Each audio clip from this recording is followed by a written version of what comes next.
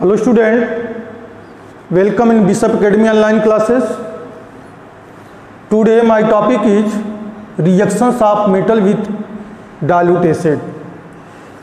We have already discussed in case of chemical property of metal on 2 points, reactions of metal with the oxygens, reactions of metal with the water. Here we will discuss only on the reactions of metal with the dilute acid.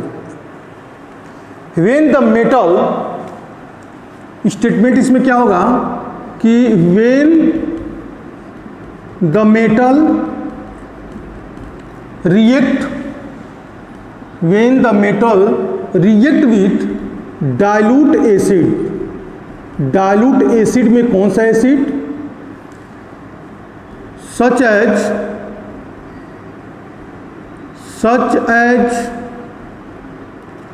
dilute H2SO4, dilute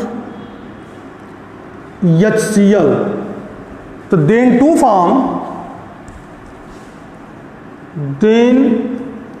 form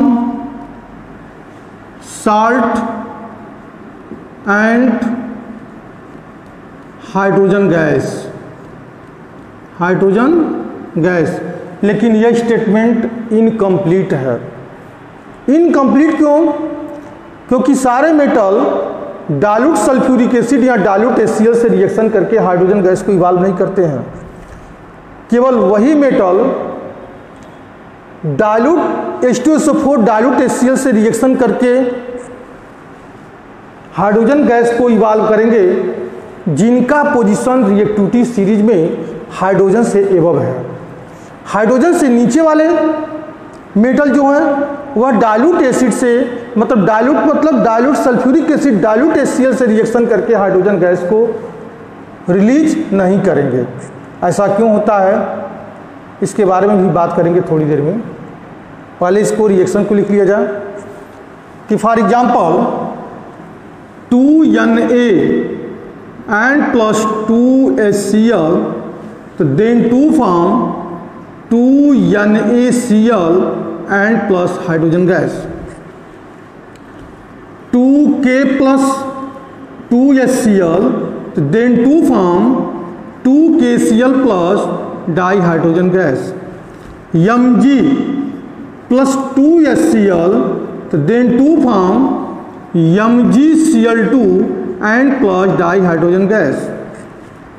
Okay, sodium, potassium, magnesium, calcium, Ca plus 2HCl, तो then 2 form CaCl2 plus dihydrogen gas.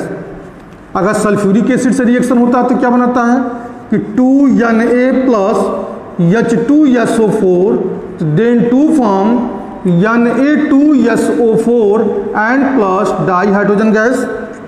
ठीक है, 2K plus H2SO4, तो then 2 form K2SO4 plus dihydrogen gas. ठीक ऐसे ही magnesium के साथ भी reaction करेगा। Mg plus H2SO4, तो then 2 form MgSO4 plus dihydrogen gas. Ca plus H2SO4, तो then 2 form CaSO4 plus dihydrogen gas. ये हाईली रिएक्टिव मेटल्स हैं। इनका रिएक्टिविटी सीरीज में हाइड्रोजन्स के प्लेस से ऊपर इनका पुट किया गया है, इसलिए यह HCl या H2SO4 से रिएक्शन करके हाइड्रोजन गैस को इवाल्व करते हैं। इधर क्लियर? लेकिन ऐसे मेटल जिनका रिएक्टिविटी सीरीज में पोजीशंस हाइड्रोजन से नीचे है वह हाइड्रोजन को डिस्प्लेस नहीं कर सकते हैं। इधर क्लियर? तो यह सब हाईली रिएक्टिव मेटल हैं। अब यह कैसे हम पता करेंगे कि यह मेटल हाईली रिएक्टिव हैं? इस मेटल में भी अरेंजमेंट है कि कौन मेटल इसमें हाईली रिएक्टिव है और कौन मेटल लो रिएक्टिव है। ये तो श्योर हो गया कि सारे मेटल का पोजीशन जो हाइड्रोजन को डिस्प्लेस कर रहे हैं रिएक्टिविटी सीरीज में इनका पोजीशन क्या है, टॉप पे है, मतलब हाइड्रोजन से एबव है। लेकिन अगर हमको ये पता करना है कि सोडियम, पोटेशियम, मैग्नीशियम, कैल्शियम जो भी मेटल्स हैं इनमें हाईली रिएक्टिव कौन है, तो इसके लिए हमको एक्सपेरिमेंट की ज़रूरत होती है। लैब में जाएंगे, आप एक्सपेरिमेंट करेंगे और एक्सपेरिमेंट करके आपको पता करना पड़ेगा कि कौन हाईली रिएक्टिव है। सपोज दैट यहाँ पे एक्सपेरिमेंट के फॉर्म में हम बता रहे हैं कि हमने 4 टेस्ट ट्यूब लिया है, 1 test tube, 2 test tube, 3 test tube and 4 test tube. Test tube A, test tube B, test tube C and test tube D. Suppose that कि हर टेस्ट ट्यूब में हम इक्वल अमाउंट में या तो डाइल्यूट सल्फ्यूरिक एसिड को रखा है या तो डाइल्यूट HCl को रखा है। सपोज दैट इसमें हमने डाइल्यूट HCl ही ले लिया है। इतने ही अमाउंट हम टेस्ट ट्यूब बी में भी पुट करते हैं, किसको, डाइल्यूट HCl को। टेस्ट ट्यूब सी में भी वही अमाउंट होगा जो अमाउंट ए और बी में होगा डाइल्यूट HCl का, यहाँ भी डाइल्यूट HCl हमने रखा, ठीक है। डी वाले टेस्ट ट्यूब में भी हमने उतने ही अमाउंट में रखा है HCl जितनी ए, बी और सी में हमने डाइल्यूट HCl को रखा है। ये एक्सपेरिमेंट बेसिस है। फर्स्ट टेस्ट ट्यूब में हमने सोडियम मेटल को रखा है, यह Na मेटल है, सोडियम मेटल। सेकेंड वाले में हमने पोटेशियम मेटल को रखा है। टेस्ट ट्यूब सी में हमने मैग्नीशियम को रखा है। टेस्ट ट्यूब डी में हमने कैल्शियम को रखा है, ठीक है। अब हम ऑब्जर्वेशन करेंगे।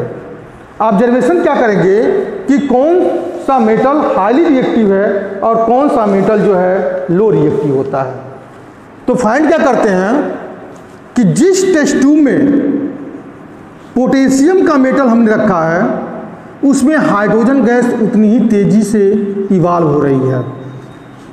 मतलब पोटेशियम जब सब में एक साथ हमने मेटल को रखा तो देखा जिसमें हाइड्रोजन गैस सबसे इजीली इवाल्व हो रही है, सबसे इजीली प्रोड्यूस हो रही है, उसको क्या मानेंगे हम, वह हाईली रिएक्टिव है।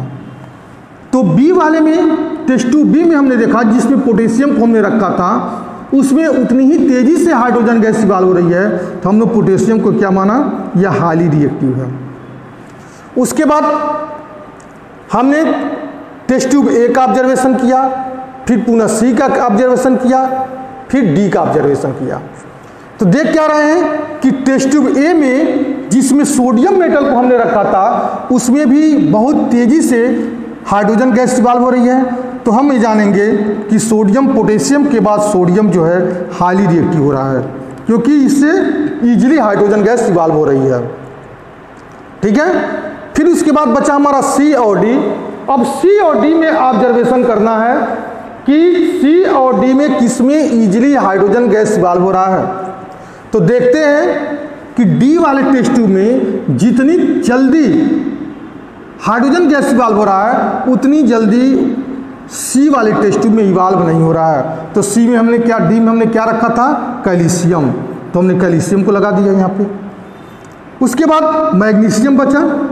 यानी कि यह टोटल ऑब्जर्वेशन यह शो कर रहा है कि हाईली रिएक्टिव क्या होगा हमारा पोटेशियम, उसके बाद कौन होगा सोडियम, उसके बाद कौन होगा कैल्शियम, उसके बाद होगा हमारा मैग्नीशियम। मतलब यह मेटल, तो दो चीज़ों का इसमें कंक्लूजन निकाले। कंक्लूजन क्या निकाले कि पहली बात तो ये सारे मेटल का पोजीशन हाइड्रोजन से एबव है, इसलिए सारे मेटल हाइड्रोजन को उसके सॉल्यूशन से डिस्प्लेस कर दिए, हाइड्रोजन को उसके एसिड से डिस्प्लेस कर दिए। दूसरी बात कि अगर इस पर एक्सपेरिमेंट कर रहे हैं तो जिसमें जितनी तेजी से हाइड्रोजन गैस इवाल्व होगा उसकी रिएक्टिविटी उतना ही फास्ट होगी। तो कैल्शियम में सबसे, जिसमें कैल्शियम जिस टेस्ट ट्यूब में रखा था उसमें तेजी से हाइड्रोजन गैस इवाल्व हो रही है, और जिसमें जो है पोटेशियम रखा था, सॉरी जिसमें हमने पोटेशियम रखा था उसमें उतनी तेजी से ही हाइड्रोजन गैस इवाल्व हो रही है। उसके बाद सोडियम को देखा तो सोडियम जो है कैल्शियम और मैग्नीशियम से इजीली हाइड्रोजन गैस इवॉल्व हो रहा है, और उसके बाद आता है कैल्शियम, और उसके बाद आता है क्या हमारा मैग्नीशियम। तो हम ये समझ जाते हैं कि जो जितनी तेजी से हाइड्रोजन गैस को इवॉल्व करेगा उसकी रिएक्टिविटी उतनी ही क्या होगी, फास्ट होगी। ठीक है। अब कुछ मेटल्स ऐसे हैं जो हाइड्रोजन को उसके सॉल्यूशन से डिस्प्लेस नहीं कर सकते हैं। ऐसे कौन कौन से मेटल हैं जो हाइड्रोजन को उसके सॉल्यूशन से डिस्प्लेस नहीं कर सकते हैं? तो वह होता है कापर। कापर जो है उसके सॉल्यूशन से, हाइड्रोजन के सॉल्यूशन से डिस्प्लेस नहीं कर सकता है। हाइड्रोजन के सॉल्यूशन मतलब एसिड से, डाइल्यूट सल्फ्यूरिक एसिड या डाइल्यूट HCl से हाइड्रोजन को डिस्प्लेस नहीं कर सकता। उसके बाद मरकरी आता है, Hg, ये भी जो है डाइल्यूट HCl या डाइल्यूट H2SO4 से हाइड्रोजन को डिस्प्लेस नहीं कर सकता है। उसके बाद आता है सिल्वर, सिल्वर भी नहीं कर सकता है। उसके बाद कौन आता है, गोल्ड आता है, गोल्ड भी डिस्प्लेस नहीं कर सकता है। तो यह ऐसे मेटल हैं जो हाइड्रोजन को उसके सॉल्यूशन से मतलब एसिड से वो उसको डिस्प्लेस नहीं कर सकते हैं। Is that clear? तो फिर इनका रिएक्शन कैसे होगा? न तो यह एसिड से रिएक्शन कर सकते हैं, न तो ये बेस से ही रिएक्शन कर सकते हैं। तो इनकी रिएक्टिविटी, इनका रिएक्शन कैसे होता है? तो इनको रिएक्शन करने के लिए हम एक्वा रेजिया लेते हैं। यह इतनी इनकी रिएक्टिविटी लो होती है या उसके हाइड्रोजन या HCl या H2SO4 से रिएक्शन नहीं करेंगे या बेस से रिएक्शन नहीं करेंगे। तो रिएक्शन कैसे होगा? तो इनके लिए रिएक्शन आता है एक्वा रेजिया। बहुत इंपॉर्टेंट है, इसको पढ़ लीजिएगा, बोर्ड में हमेशा पूछता है एक्वा रेजिया क्या है। तो एक्वा रेजिया का जो मिक्सचर होता है 3:1, 3 मतलब 3 part concentrate HCl and 1 part क्या होता है, 1 पार्ट होता है कॉन्सन्ट्रेट नाइट्रिक एसिड। यानी ऐसे मेटल जिनका पोजीशन हाइड्रोजन से नीचे है वह हाइड्रोजन को डिस्प्लेस नहीं कर सकते हैं, वह किससे रिएक्शन करेंगे? तो एक्वा रेजिया से रिएक्शन करते हैं। जिसमें अब एक्वा रेजिया क्या है? तो 3 पार्ट HCl और 1 पार्ट कॉन्सन्ट्रेट HNO3 का कॉम्बिनेशन होता है। अब इन देखिए इसमें कैसे रिएक्शन होता है। इनका रिएक्शन करने के लिए कॉपर, मरकरी, सिल्वर,